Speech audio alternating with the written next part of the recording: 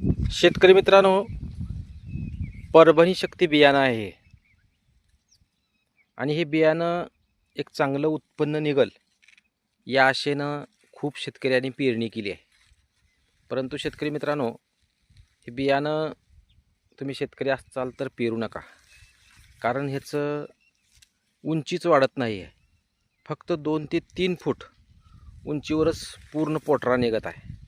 त्यामुळं ज्याने कोणी परभणी शक्ती बियाणं पेरण्याच्या विचारात असाल तर चुकून हे बियाणं पेरू नका, कारण या पेरणीमुळं खूप मोठं शेतकऱ्याचं कडब्याचं नुकसान होणार आहे. आता कणीस कसलं निघल माहीत नाही, परंतु परभणी शक्ती बियाणं हे खूप आकूड असतं, उंची वाढत नाही. 2 ते 2.5 ते 3 फुटावरच त्याला कणीस यायला चालू होतं. त्यामुळं कणीस कसं येईल माहीत नाही, परंतु कडब्याचं नुकसान निश्चित होणार आहे. त्यामुळं जे शेतकरी परभणी शक्ती बियाणं पेरण्याच्या विचारात असतील त्यांनी पेरू नका. आपलं अजून गावरान बियाणं पेरलेलं बरं, दगडी ज्वारी पेरलेली बरी. परंतु हे बियाणं पेरून काही शेतकरी फसलेत, तुम्ही फसू नका.